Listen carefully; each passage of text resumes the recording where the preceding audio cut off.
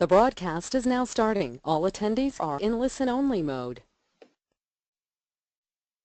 Greetings, everybody. My name is Christina Holka, the Senior Director of Operations for FIDO. We will begin the webinar in a few minutes. Just waiting for people to gather.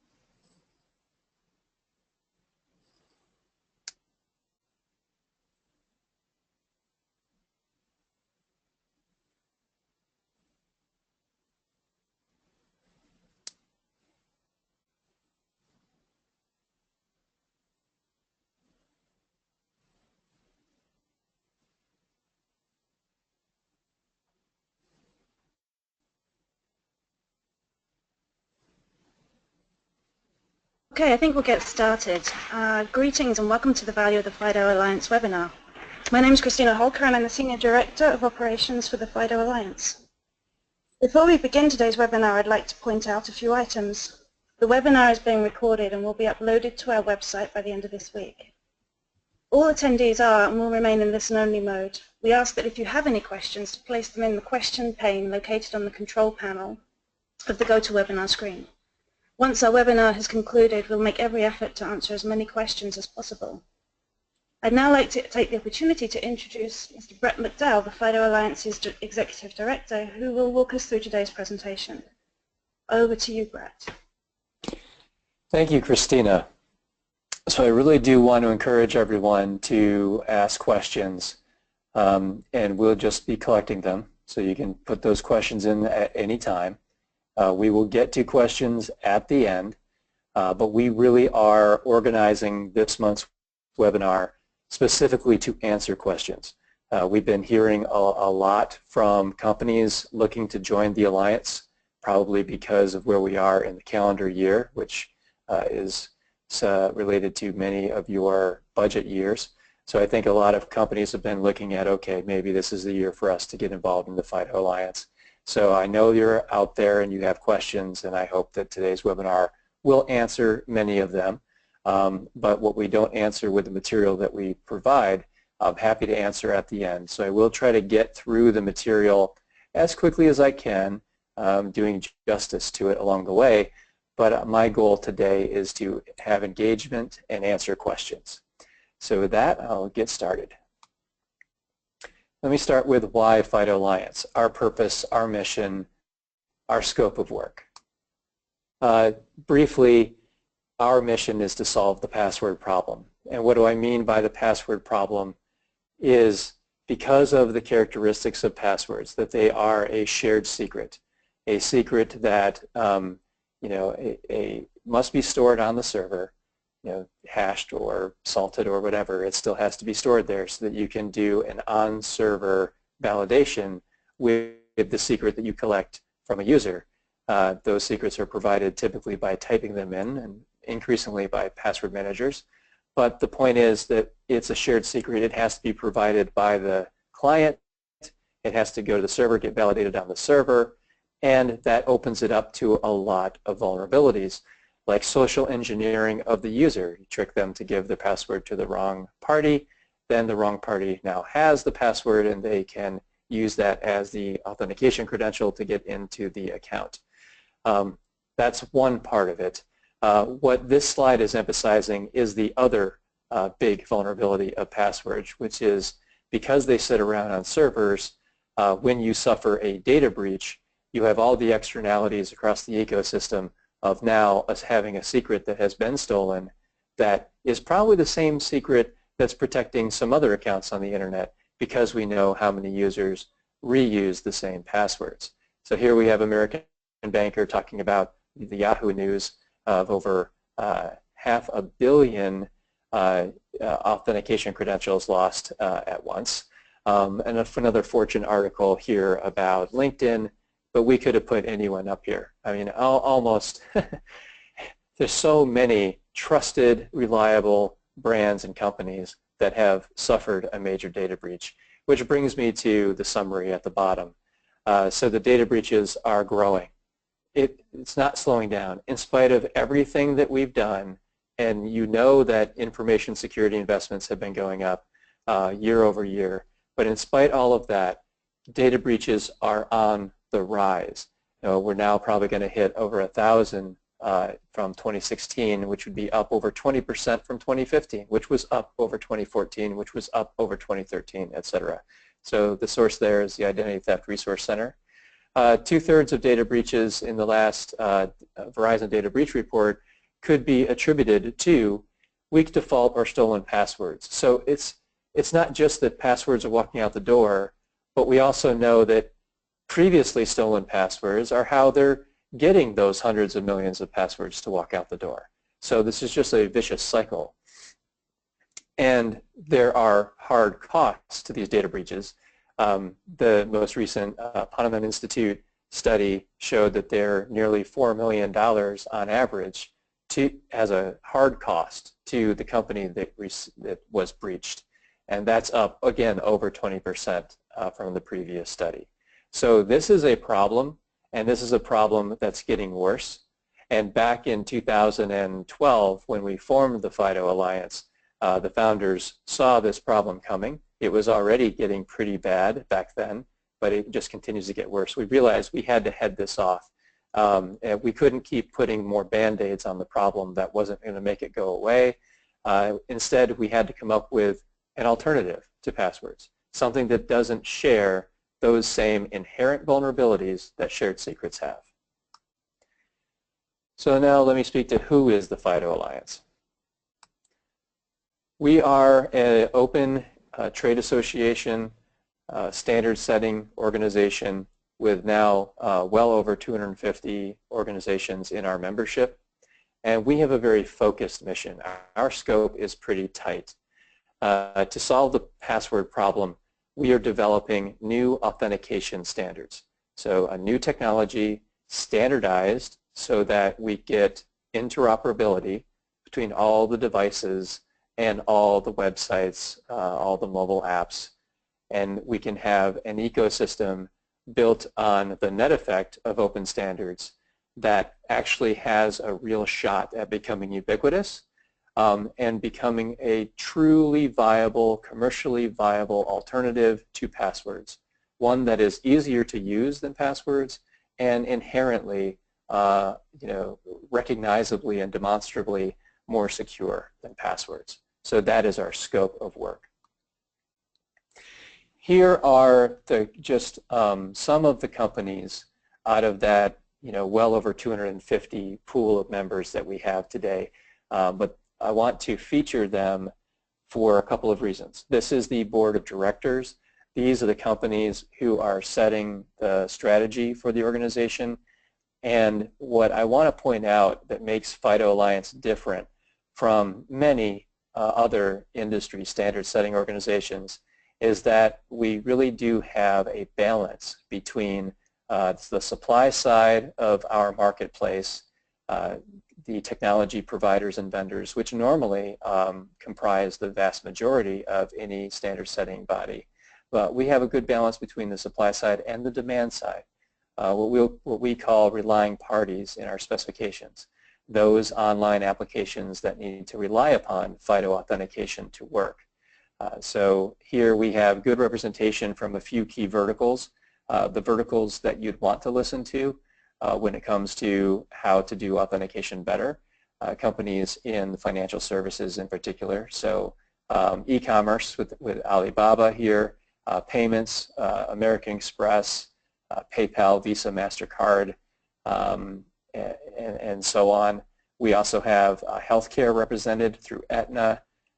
We have banking with Bank of America, USAA, and all of that perspective balanced against the supply side. Companies who are building this technology, delivering this technology. Do we have the best of the best? And the answer is yes. We're very fortunate to have that. So we have companies like Google and Microsoft, platform companies, but also deep in the silicon of the devices where you really want to protect those FIDO authentication credentials if you can. So companies like Intel and NXP, and then we have suppliers, companies that are building the devices of today and tomorrow, leading vendors in PC and mobile, for example, Lenovo, Samsung. And I'm not naming everyone on this slide. You can see who's here, but we also have specialists in this area. Companies like Dayon, Knock Knock Labs, Synaptics, companies that really specialize in their own area. And of course, Qualcomm on the mobile side. Strong authentication companies, who are the companies that are leading strong authentication technology in the generation of technology that came before FIDO? Well, RSA and Vasco are the two leading companies there globally. So we have assembled a great board of directors that give us balanced perspective to make sure that the solutions we develop are solving real business problems. And that's a benefit that you get when you join the Alliance. This is a forum not only for the vendors to collaborate to design the technology in a secure, interoperable way. This is also a forum for business leaders who want to make that transition off of today's authentication credentials to tomorrow's authentication credentials, and all the issues that come up in that. Business issues, policy issues, user experience issues. We're a forum to discuss all of that. Now, what is FIDO authentication? So I'll do a brief overview of what it is that we've come up with. So here I'll come back to that phrase, shared secret. This is just an illustration of what I mentioned earlier. So the user has to put the secret, into the application, and it has to get verified on the server side, which means there's basically a copy of it living on the server as well. So that's the old diagram. What we've done at the most fundamental level is we've introduced a new actor in this architecture, the FIDO Authenticator. The FIDO Authenticator is a logical component that lives client-side. So this lives with the user. This is something that they have on their personal device. This authenticator can be a dedicated personal device, like a security key, which some of you hopefully have already heard of, which is used as a strong FIDO authenticator as a second factor to existing passwords. Or this can be an embedded capability of a device like a smartphone, tablet, or laptop.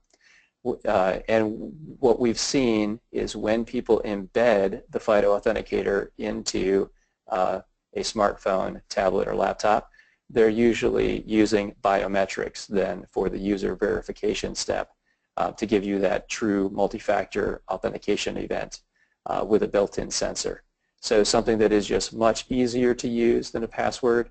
That's true for both the built-in FIDO authenticators as well as the external FIDO authenticators, because again, all you do is touch something, look at something, or maybe talk to it. And nothing could be easier from a user perspective. So on the left-hand side, that local user verification step that takes place, that then unlocks the FIDO credential, which is a private key. This is just public key cryptography. And so the FIDO credential is the private key that never leaves your device. So the user verification step then allows the authenticator, gives the authenticator permission, if you will, unlocks the use of that private key to then sign challenges, cryptographically sign the challenges that come from the server, so that the server knows it is absolutely the right bearer of the credential. It gives them both a what you have authentication factor, because in authentication theory this would be called proof of possession of that private key. So the private key was provisioned to you when you registered your authenticator.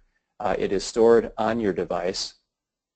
So when you sign a challenge using that private key, the server has the public key that they registered with you, and so they can verify the signature and know only the wielder of the private key I registered could have signed this challenge this way, and you get authenticated. So you have proof of the secret without getting a copy of the secret, and therein lies a whole lot of the magic of FIDO. So then if, heaven forbid, you are breached and people walk away with a bunch of credentials, all they're getting are public keys that pose no threat to any other service on the internet, that they can't be reused on any future attack, unlike a password. Today we have two flavors of FIDO, as I was already beginning to talk about. So here on the left-hand side of my slide is that passwordless user experience, where the FIDO is performing two jobs. FIDO is doing user verification, do I have the right user, which is often done with biometrics. And FIDO is also doing proof of possession. So it's saying, okay, I have the correct private key, so you're getting two factors of authentication, a true multi-factor event in a single user gesture. On the right-hand side, FIDO is doing one job. In these deployment use cases, you're still using the username and password for that first factor, that what you know shared secret, but you're deriving your security off of the strength of the FIDO authenticator, which is a universal second factor U2F compliant device, typically a small keychain type form factor. We're seeing a lot of that in the market, both USB as well as wireless through Bluetooth and NFC increasingly. And so again, it's just, do I have my special authenticator with me, and I just touch it and I get my second factor. The other great thing about FIDO in either case is that that one FIDO authenticator can be used with all of your online accounts. If you think back to the generation of strong authentication technology that came before FIDO, often if you were going to receive a dedicated hardware device, that would be like tamper resistant, it wouldn't be vulnerable to, let's say, malware installation.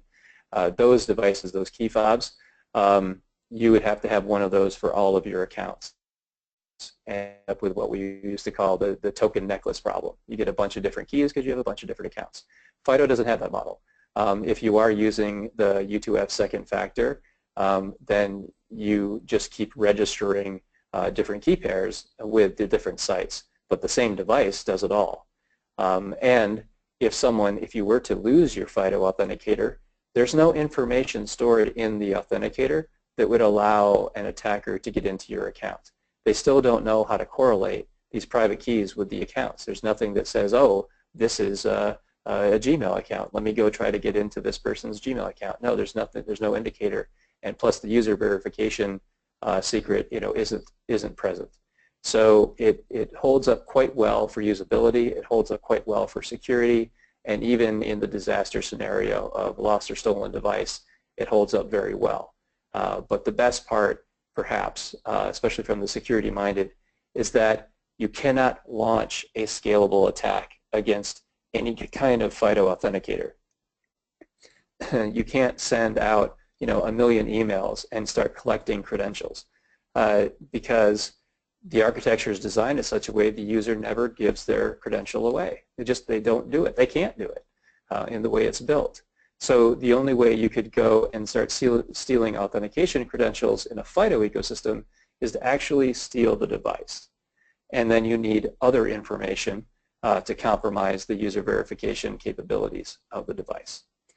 So this is the two user experiences, and again, just kind of reinforcing how it works under the covers and why so many companies are excited about this technology. Because this is one of the rare moments where we have a true win-win. This is both better usability and better security in an open standard. So to summarize some of the characteristics, there's no third party in the protocol. This is point-to-point. When we first announced FIDO authentication, the world looked at identity-related standards. What they knew about identity management standards was they were typically federation. There was a lot of work done before FIDO on web single sign-on, whether through SAML identity federation or OpenID or OpenID Connect and web single sign-on. So we've always tried to make it clear that FIDO is designed to be either a standalone credentialing solution where you can just kind of replace either your current second factor or your current password system, just between you and your user, or it was also designed to fit right into web single sign-on use cases. This isn't redefining how web single sign-on happens. It isn't redefining federation. It's designed to simply be the authentication mechanism used between the user's device, and their identity provider. So if you're looking to deploy FIDO in a federated environment, then where FIDO fits is between the identity provider and the user.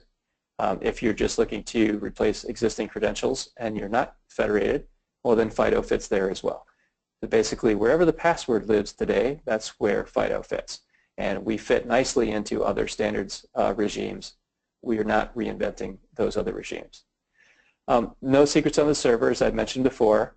Haven't talked much about this. So the biometric data, if it's used, and we know that that's becoming increasingly common for implementers to use biometrics for the user verification step, just because of ease of use and some of the security properties. If biometric data is used, a FIDO requirement is that the biometric template cannot leave the device.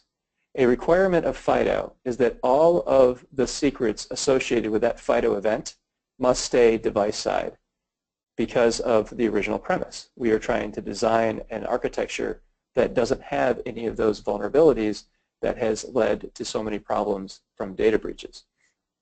So we don't want to replace, let's say, passwords with some other secret that's also living on the server to be harvested in a data breach.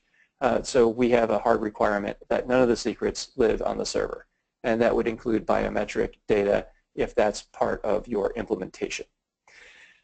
And there's no linkability between services or accounts. So the point there is you could imagine we would have designed this protocol in a way where there was a globally unique identifier in every authenticator. Because if you designed it where every authenticator has a globally unique identifier, then let's say if you work in a fraud team, you would always know with cryptographic certainty that all these new accounts, let's say someone's trying to create a bunch of fraudulent accounts on your platform using the same device, you'd be able to recognize that. So that would be the upside of wanting to have something like that in the protocol. The downside, and what eventually won in the design decisions we made in the FIDO Alliance, is that if you have a globally unique identifier in all these devices, every single device just became a big user tracking mechanism. And we thought that was dead on arrival from a privacy perspective. So we took the privacy by design approach And we have no identifier baked into FIDO authenticators that could be used to correlate. So, whatever you're already doing with cookies and IP addresses to recognize devices, well, of course you can continue to do that, but FIDO doesn't give anything new to link to or use for user tracking. So a strong privacy message in the FIDO design. So now we've gone through kind of why we formed the FIDO Alliance, who's involved, and what is the FIDO authentication solution at a high level. But now I'm going to go into market adoption. Basically, who's using FIDO? What's the state of momentum right now in the FIDO ecosystem? Well, let me start with a quick history. This is to give you context about, well, how new is FIDO relative to how many companies are already using it. We incorporated the organization in 2012, but we didn't launch it publicly until early 2013. And the first thing that we did is we came up with kind of this FIDO ready branding, which meant these are early, not yet standardized solutions that are based on early working drafts of our standards. That's what FIDO ready meant. We came up with that after just under a year of working on the specifications. But at that point, we hadn't published any specifications. We did that on our anniversary in February of 2014. We published our first review draft specifications to the world. A review draft is not yet complete. So this is basically, hey world, here's what we're up to. We're almost done. What do you think? And then we started to see deployments. And these were people who took the draft, not yet finished standard, built products, built solutions, because we were offering interoperability testing for FIDO-ready implementations. And so we got some great early adopters in 2014. Folks like PayPal and Google deploying UAF for the first time, deploying U2F for the first time. Then at the end of 2014, we were able to take the FIDO, what we call FIDO 1.0, so both of those specifications for those different user experiences, and take them final. These were our finished proposed standards to the world. So that has, the ecosystem that we have today is really built on those specifications that were December 2014, so 2 years ago. So we've been working on building an ecosystem off of these specifications for 2 years. And keep that in mind. So then, less than 6 months later, we deployed the FIDO Certified program. We got rid of FIDO Ready. We felt like we didn't need and didn't want a branding program any longer predicated on incomplete standards. We now had finished standards, and we wanted to make sure that people in the marketplace understood that these new standards were robust and complete. And we also added more capability to the testing. We had a formal test harness, so this is where we are again today. Implementers have to pass our online test tools in order to qualify to come to our interoperability testing. And between the two, both conformance testing and interoperability testing, that's how you get FIDO certified. And that's available for all of our FIDO 1.0 specifications, UAF and U2F. And I will get into some data shortly about how many implementations have taken advantage of that. But keep in mind that that was less than 2 years ago. That was more like 18 months ago that we started that program. Then we did add some capability. We added a couple of transports to FIDO U2F. So when FIDO U2F first was finished at the end of 2014, the only transport was USB, meaning the only way I could have an application talk to my U2F FIDO authenticator was if I could plug it into a USB slot. Well, obviously not every device has USB slots on them, so we added Bluetooth and NFC to support the increasingly wireless world. We did that in the middle of 2015. So again, about 18 months ago. Then we had another major milestone. So I guess it would be our 2-year anniversary mark. In February of this year, we announced our partnership with the W3C and their formation of a formal working group called the Web Authentication Working Group that was chartered to standardize these use cases and these protocols based on contributions that we had made. So we submitted the work that we had done on what's really our next generation, I should say next version specifications, with some optimizations for web browsers and platform adoption. So they received those submissions, and they have been working quite effectively all year, and we're getting close to seeing the W3C get to a point very soon where they'll be publishing what they call their formal and final standards. So we're getting closer to that milestone. And where we are today, this brings you up to right now, this month, we will be publishing FIDO 1.1 specifications. So while we were working on some of those platform optimizations that we submitted to the W3C, we have also been working on added features and maintenance for the specifications that we took final in December 2014. So we're about to publish the suite of UAF and U2F 1.1. So now who's using this technology? Well, here is a selection, curated selection, if you will, of who's using the technology. So we have Alibaba in China through Alipay. Baidu Wallet is also implementing FIDO. So you've got China Telecom, as well as KEB Hana Bank in Korea and Shinhan Bank. So we have good adoption from relying parties using FIDO authentication for financial services in China and Korea. Also JD.com for e-commerce. Speaking of e-commerce, eBay has recently announced, I believe they were just featured on stage last week at the Gartner IAM Summit as a deployer of FIDO.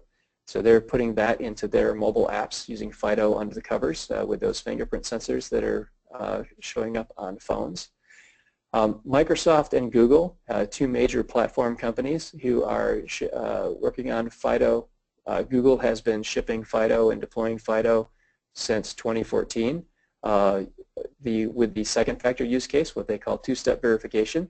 And the way they describe that FIDO U2F form factor is to call that a security key. Microsoft has something called Windows Hello and Windows 10, and it's based on working draft specifications that are not yet final.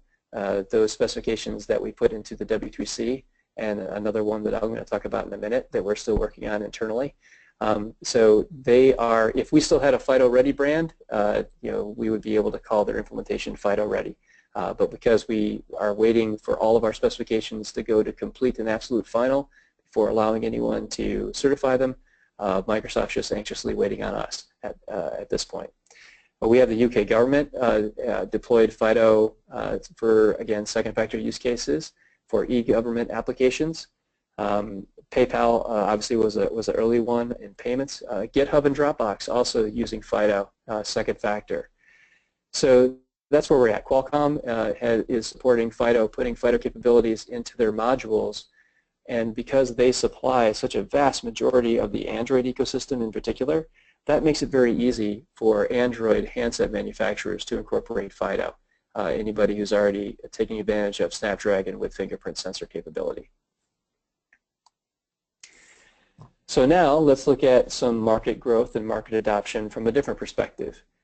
This is the chart that shows how many vendors have decided to build FIDO certified products. So remember that we launched this program about 18 months ago, and here is what the growth looks like. So starting in Q2 of 2015 with 30 implementations, we are now up over 250 implementations, and I am pleased to tell you that we're doing another certification event this month, and we expect to be able to publish a new set of certified products taking the FIDO ecosystem over the 300 threshold.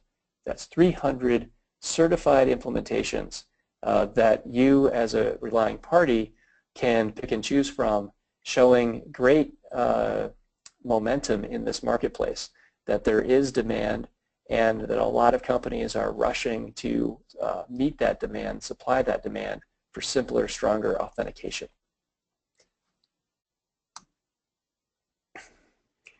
Now I mentioned that Qualcomm is making it easy for handset manufacturers to adopt FIDO. So this slide shows you some of those leading handset manufacturers. So within that 250 plus pool of certified products are these. These are handsets from leading brands like Samsung, Sony, Huawei, as well as Lenovo, Fujitsu, Sharp, LG, and ZUK, which is a Lenovo brand in China. So these are flagship phones, the phones that are being shipped by leading brands that have biometric capabilities. It's now becoming pretty expected that if you have a biometric capability on your smartphone, that smartphone is also going to be FIDO certified. So we're seeing a lot of growth here with Android out of the box. So these are capabilities that are already there. So if you're looking at this and you're saying, well, gee, I wonder if now is the time for me to turn on FIDO authentication support for my apps or my website, well, just look at these devices. With Samsung, the whole Galaxy line going back to the S5, everything since then is FIDO certified. So you look at that and say, well, I bet I have a lot of users that already have a FIDO authenticator in their hand today. Not to mention the ability for those users to pretty quickly get FIDO authenticators in their hand through those security keys, which are available on Amazon and other leading vendors. So now let's talk about a couple other ecosystems. So let's talk about the web and the PC. So on the Windows side of the PC, I already mentioned Microsoft's commitment to have Windows Hello be FIDO certified as soon as that's available to them. But also we've had a development where Intel has a kind of below the operating system, if you will, capability in their chipset that they have FIDO enabled.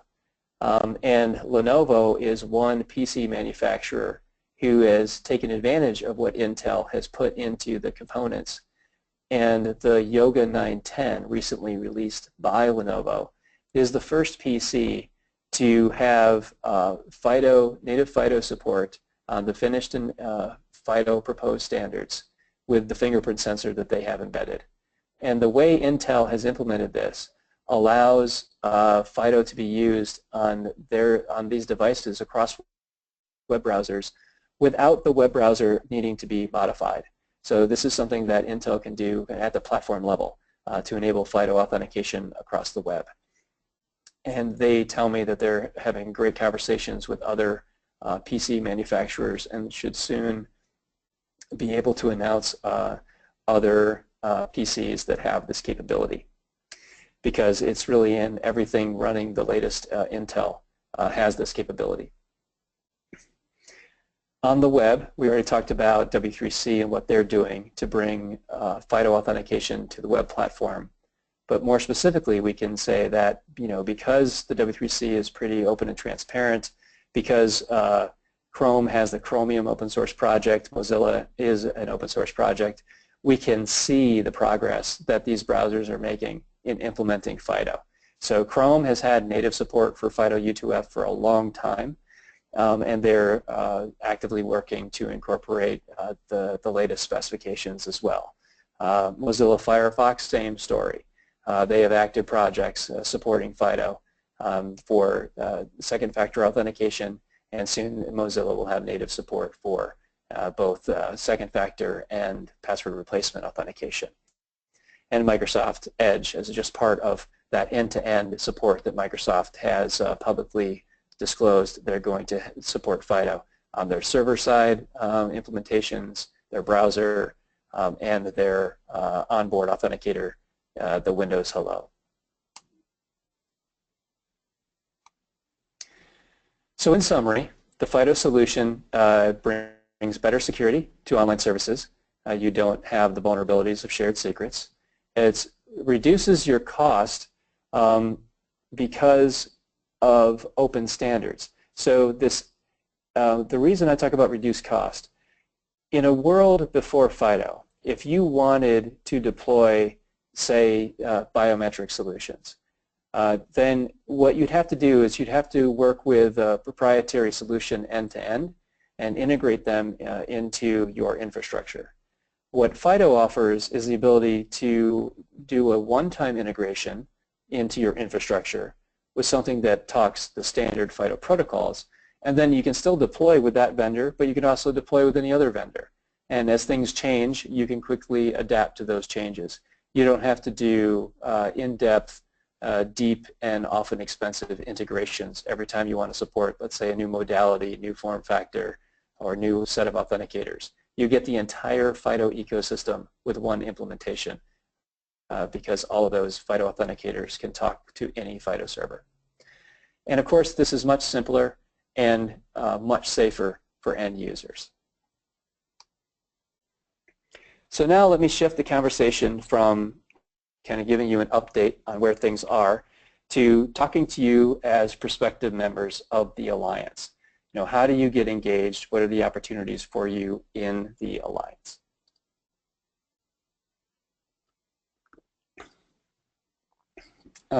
First, I'm going to cover how FIDO, how we get our work done at FIDO Alliance, touching on 3 areas: the memberships, the membership levels, and how those membership levels play into this, and to talk about our technical work streams, the things that we're doing to produce this technology, to produce the certification programs that ensure the interoperability of this technology, and we're adding some new programs to ensure the security of implementations, not only of the FIDO public key cryptography standards, but also biometrics. And the different marketing and adoption work streams, things that you can take advantage of to promote your own products, to promote your own implementation of FIDO, or just promote the ecosystem, because even if you're not a vendor, if you're a relying party, it's in your best interest to see this ecosystem grow as fast as possible, because you want to get as many of your current and future users with FIDO authenticators in their hands as fast as possible. First, the board overview, the membership overview, starting with the board. There are 3 levels of membership in the FIDO Alliance. I've already talked a little bit about the role of the board. They set the strategy. They ultimately have approval authority over all of our standards and all of our programs. They are really setting the direction for this alliance. So it's important to keep that as a balanced group of both supply side, demand side, very internationally representative, as you can see from the previous slide. Anyone can apply for a board membership. We actually have modified our governance structure in the past year to accommodate what might be considered uncommon growth at the board level. So we are now prepared to accommodate a very large board of directors relative to what you might normally see in an organization like us. We've done that by changing some of our decision-making rules so we can still make decisions nimbly, such as like electronic ballots, without forcing a small board, because we believe that being inclusive is the right thing for this ecosystem, especially now. There are so many different vertical markets that's still not represented on our board, so many different regions. We just didn't want to force ourselves to have to turn anyone away from having that strategic level membership in the alliance. Now, the second level of membership I'll talk about are sponsor memberships. So this is kind of the heart and soul of the alliance. If you think, all right, our company is going to join the alliance, the default should be sponsor. Because when you join as a sponsor, that means that you are going to be in the working groups. You're going to be participating in everything that we do and help make it happen and get all the learnings from all the working groups. And everything other than a board decision, everything that happens in the alliance happens in a working group. So sponsor is the level you have to be at in order to be in working groups.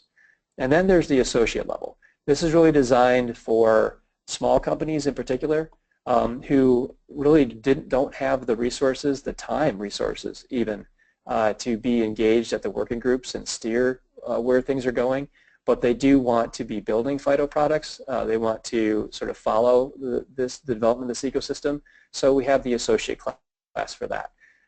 With the associate class, you get to come to any one of our 3 annual meetings. We have an annual meeting in North America, another in Europe, and another in Asia. So wherever you are headquartered, you can go to the annual meeting that's in your region and fully participate and network with everyone else. In addition to being able to follow along, you get early access to draft specifications and the like. Some of the things, I'm going to try to hurry up so I can get to your questions. I think we have 15 minutes left. So a brief overview of the working groups. The technical working groups, we have one setting security requirements. So this is for security certification. Up until now, FIDO certified meant your implementation interoperates. It conforms to the spec and it interoperates with other implementations. Now we're adding something that will test the security of your implementation. It's just for the authenticator. That's where the concern is. How well does that authenticator protect that private key? How much can I trust that if I see something signed by that private key, I know for a fact it was done on the same device that I registered it? So that's what security requirements are about. The FIDO 2 group is really the kind of the futuristic technical group. Given everything we've done in 2014 and since with FIDO UAF and FIDO U2F, where do we need to take the specifications to really get mass adoption and ubiquity? Which really what we've learned is make some optimization so that this stuff can be supported in the platforms. And that's the work they're doing. Universal second factor work group, so they look after the specifications for that second factor use case in that protocol family. And universal authentication framework, same thing. They look after that other use case in that spec family.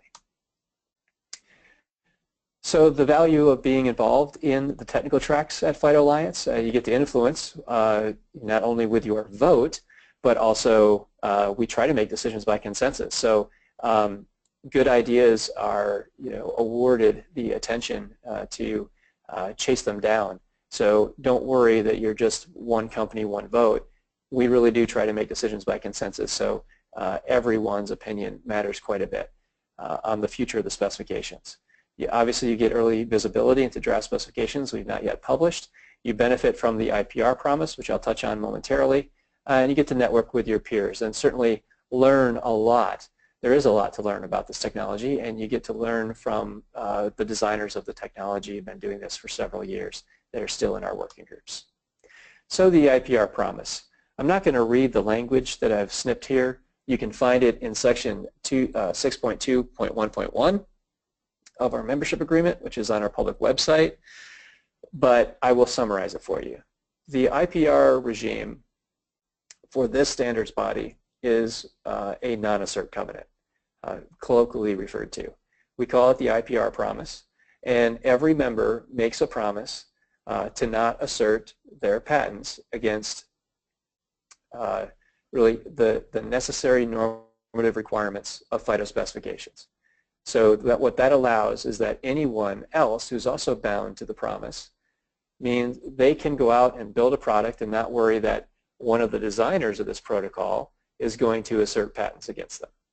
Now, there's always the company that's outside of the alliance that we may not know about, who might come knocking on your door, who never signed the FIDO membership agreement. But chances are, especially we're about 3 years into this, if someone really had some IP around this technology, they probably have joined the alliance by now. So that promise is meaningful to, I know, a lot of prospective members that talk to me about it. And by designing our intellectual property policy this way, where it's not RAND, this is not one of those standards bodies where members have a right to charge reasonable but non-discriminatory license fees. This is a no license fee zone. We want completely unencumbered specifications. It's actually in our mission statement because we need FIDO to be as ubiquitous as passwords if it's going to have a chance to supplant them. And that means every website, every app developer, everyone needs to be able to implement this without worrying about some patent assertion. Now, what about the non-technical side? What are the benefits of being involved in FIDO adoption and marketing? Well, these are the working groups that we have. We have the group that looks after the governance and policy of our certification program, all the marketing activities like events where we show up at conferences, press releases, analyst briefings, market research reports. We're doing more all the time to educate, to learn from the market, and then turn around and deliver collateral and messaging out to the market around what FIDO can do for them. Deployment at Scale work group is a group of deployers and prospective deployers, people who want to kick the tires on FIDO, so they can learn from each other, best practices and lessons learned. Over time, this group won't just talk to one another about that. They will be publishing white papers so that the rest of the marketplace benefits. But certainly joining that group right now will greatly benefit anyone who is contemplating putting FIDO on their roadmap or already trying to get through a proof of concept. And then we have regional groups, taking FIDO and optimizing the messaging and the approach for a given regional market. Two that we have already announced is the China working group and the India working group. We are also active through a partnership in Korea, so we have the moral equivalent of a Korean working group through the Korea FIDO Forum. And next week we will be in Tokyo announcing our next working group, which obviously will be the Japan working group. Then we have a privacy and public policy group. Turns out some of the vertical markets that you're familiar with, well represented by FIDO membership, such as financial services and healthcare, well, these markets are regulated when it comes to strong authentication, how people authenticate to get access to information, how they authenticate to authorize payments, for example. So there is regulation in the world today already around this, and there are changes in the wind that are going to raise the bar on strong authentication. So this group allows us to not only focus to make sure that everything we do complies with privacy by design principles, but to go out and educate and work with government agencies about what FIDO is, how it works differently, why they should recognize a embedded FIDO authenticator as providing a true multi-factor authentication event. And we have had some success with the European Banking Authority, who's producing new regulation here for payment providers across Europe. They originally thought that the different authentication factors that they require needed to come from separate channels, which would really hamper the user experience. And we were able to demonstrate how a properly implemented FIDO authenticator could give you both with meeting all the security requirements that they had in mind. And they've updated their language of their current working draft. So those are the kind of things that we do there. Would love to work with you and your government relations team after you join. So some of the benefits of being involved in these programs: reduced costs to you if you want to go through certification. There's a reduction in costs for members. You can take part of our pavilions. So our pavilions are where we go in and we buy a big chunk of real estate at a major conference, and then we resell that to our members at a greatly reduced cost. And we get kind of this FIDO village happening with lots of implementations demonstrating FIDO. It brings a lot more attention to what would otherwise be a small booth that you'd have because we have major branding and we bring people there, and FIDO is a hot topic, to be quite honest. So it really helps, and our vendors love it. You can also gain insights into what's happening in the market because our board continues to fund market research projects. So if you're wondering how users feel about FIDO and how it's presented to them, you're wondering how what's the total addressable market for FIDO right now, these are all things we're working on with market research projects. And of course, learning lessons learned and best practices. You gain a lot of insight talking to the companies who have gone before you if you join and get involved in our deployment working group. And of course, government relations. So what's next for us? We're still developing technology.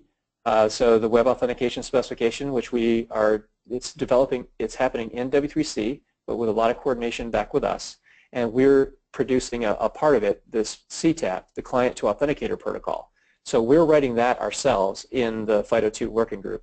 This gives support for a brand new use case where you can have an external device be your authenticator even if the application you're trying to authenticate to is running on a different device. Classic use case, use your wearable as your authenticator when you're logging into your laptop. Use your phone as your authenticator when you log into your laptop. You don't have to re-register a new FIDO key pair on your laptop. You can just use your phone. That's the use case the CTAP delivers. We don't have that yet today. And then also, we're going to expand and have something called the FIDO Gold server. This will be a server that talks all the FIDO protocols to give 100% backwards compatibility across all the protocols as new protocols roll out, and new certification programs like security and biometrics. Here are just some testimonials from American Express, NTT Docomo, Bank of America, and Google. For the sake of time, I won't read them to you. They're on our website. But obviously, these companies are on the record talking about, why it's important for them to join the FIDO Alliance. Partnering with experts in FIDO will enable American Express and the financial industry to pave the path to more secure payments. Providing our customers with a convenient, secure digital banking experience is a top priority for us. As the world rapidly changes, our involvement in the FIDO Alliance will help ensure we continue to provide the convenient and secure solutions our customers want. That was from Bank of America. Eliminating passwords with FIDO standards, we are able to deliver a superior end-user experience that includes enhanced security features. That's from a sample from NTT Docomo. So next steps, from the website you can get the membership agreement. We can fill it out. You can contact us by writing to info@fidoalliance.org. So I do invite you to consider everything that you've heard today. We'll get right into questions now, but I do invite you and encourage you to join the Alliance. I've seen a lot of companies benefit from it. I think yours will as well. So let's get into questions, Christina. Sure, I currently see one question from Alan Gleason. I know most brands shown were US and big brands. Is FIDO suitable for a European startup working in the identity and access management space? Absolutely. So if you look at the website, and especially if you look at that associate level, you'll see a lot of startups in the associate class, and they're from all over the world. In fact, a ton of them in Asia. And I know of some who are also European. And also they join at the sponsor level if they want to be right in the working group. So if FIDO is going to be a key strategic technology, if you're really building your product around the FIDO ecosystem, then you'll want to join as a sponsor. But there's a lot of opportunities for startups. In fact, opportunities that you really can't get any other way. For example, the thought leadership. If you show up and you really do demonstrate that you're an expert on this technology and you're building valuable products, the big relying parties that you see on our membership list, they're in those same meetings. They're watching and they're listening, and they recognize talent when they see it.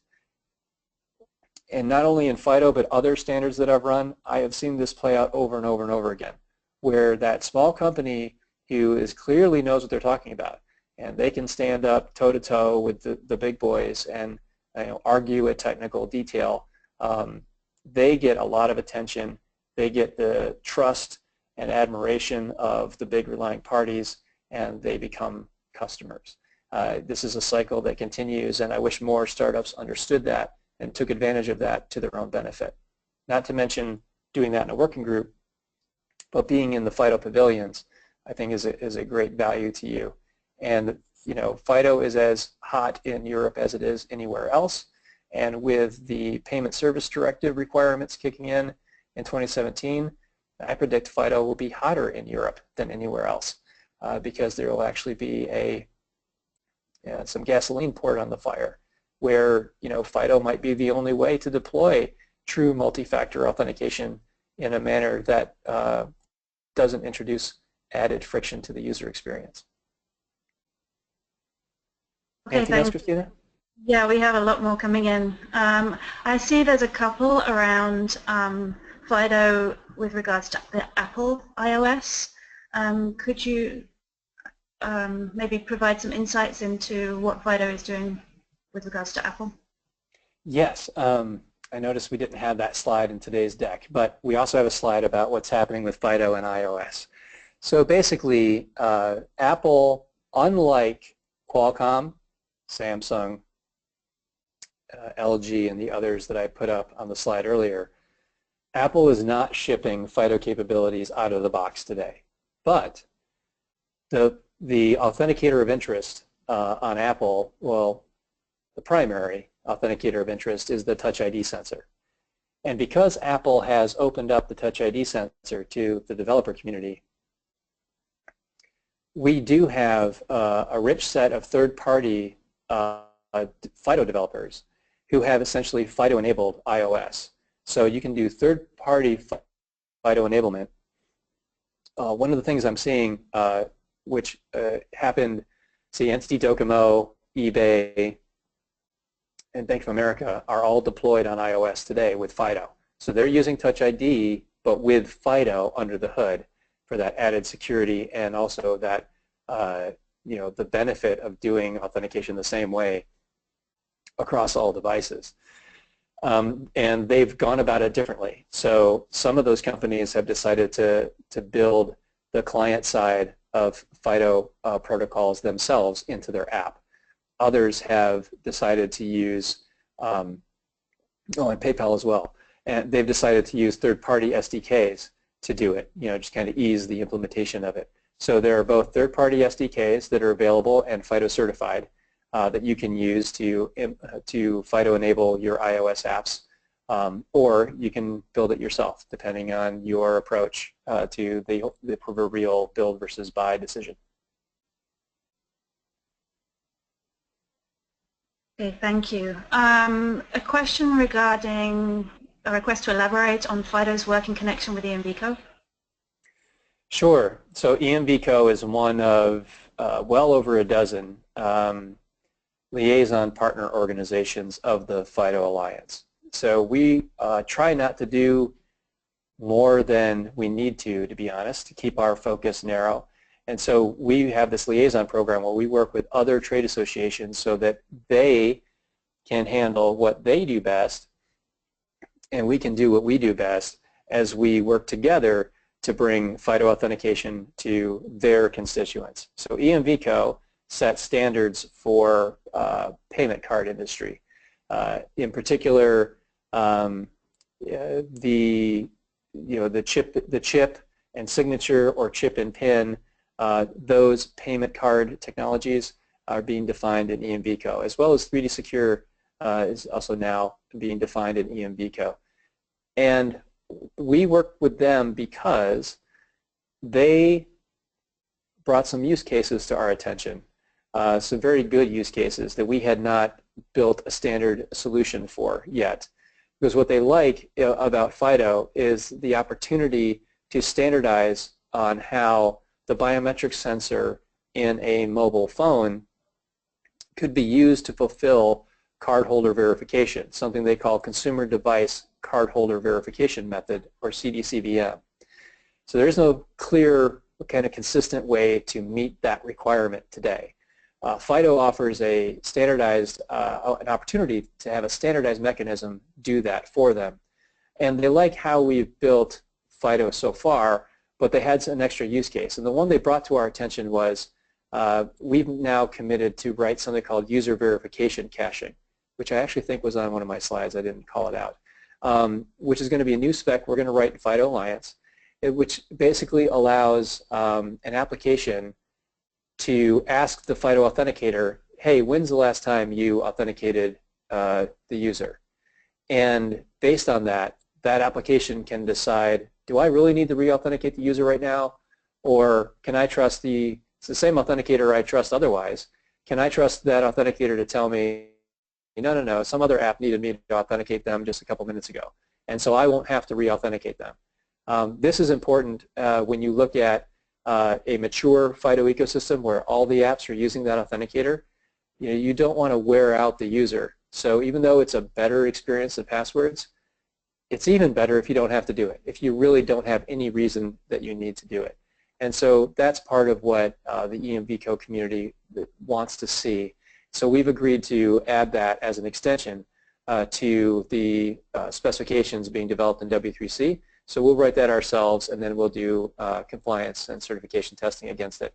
And hopefully between the momentum we already have and this new feature, we will see EMVCo in the future kind of point to FIDO as the way to meet CDCBM. Okay, how does social sign-on fit with this? Many of the board members are also leading SSO players. Is this not a threat to a core offering they promote? I'm sorry, could you reread that, Christina? Sure. How does social sign-on fit with this? Many of the board members are also leading SSO players. Is this not a threat to a core offering they promote? Well, I tried to explain that earlier. No, this goes hand in glove. So if you want single sign-on, or I suppose they're using the phrase social sign-on, then you just want the identity provider to do FIDO. The FIDO Alliance is saying, this solution works whether you want to directly authenticate your users or not. If you want to directly authenticate your users, then you're not going to do social sign-on or single sign-on anyway. But if you are open to that and you're happy to be a single sign-on, social sign-on relying party, then this is just goodness for you as well. It's like, oh, great, but not only do I not have to authenticate my users, but I know that the identity providers that I'm going to trust, the Facebooks, the Googles, the Microsofts, the folks that are going to do that first authentication, they have a better way to do that. So if the reason I'm becoming a single sign-on relying party is to cut down on the friction of having users what they have to do to use my service, well, then I'm happy that FIDO is out there. It doesn't mean I have to implement FIDO. The identity providers that I trust, I would like them to implement FIDO because it just makes a stronger authentication event and easier for the user to do. So really, FIDO raises all boats, whether you want to directly authenticate your users or you want to be a single sign-on, social sign-on, federated relying party. Okay, thanks, Brett. I see that we're running out of, well, we're over time now to lose attendees. So one more question that I think is important, and then I think we're going to have to close the webinar. What about ECC patents? Can they be used under non-assertion? EC what? ECD? ECC, elliptic curve. Okay. So every specification that we have published as implementation draft or proposed standard would come with a full disclosure of any patent withdrawals that we've received. That's part of our governance. That's a requirement. If we publish a implementation draft or a proposed standard, basically the spec that we're recommending, hey, this is ready for commercial use, that's what those stages of development mean. So once we publish a standard and say this is fit for commercial use, if any of our members had made a patent withdrawal against that spec, we are obligated to disclose it at that time, with that specification. If you go through our specifications, you will not find any of those because we don't have any of those. So that means that every one of our companies has, actively, or I should say completely, committed to the IPR promise, the non-assert promise. So if any of our companies are the patent holders on elliptic curve that you might be concerned about, then you know that our specifications are clean of any withdrawals. If it's some company outside of the FIDO Alliance that might have a patent on elliptic curve, well then, your guess is as good as mine. But for the most part, the technical leaders of the world are in the Alliance and have been in the Alliance for a long time. And so that's the most robust answer I can give on that. Okay, thank you, Brett. We are out of time, but I do see a number of other questions which I will track and follow up with after this webinar. But with that, I'd like to thank you, Brett, for the information you provided today, and everybody that's attended this webinar and your participation. We do appreciate it. If you have any further questions, or if you would like to follow up directly on the questions that you have asked that we didn't have time to get to today, please do email info@fidoalliance.org, and we will do our very best to respond to you as quickly as possible. With that, thank you very much, everybody. Thank you. Bye-bye.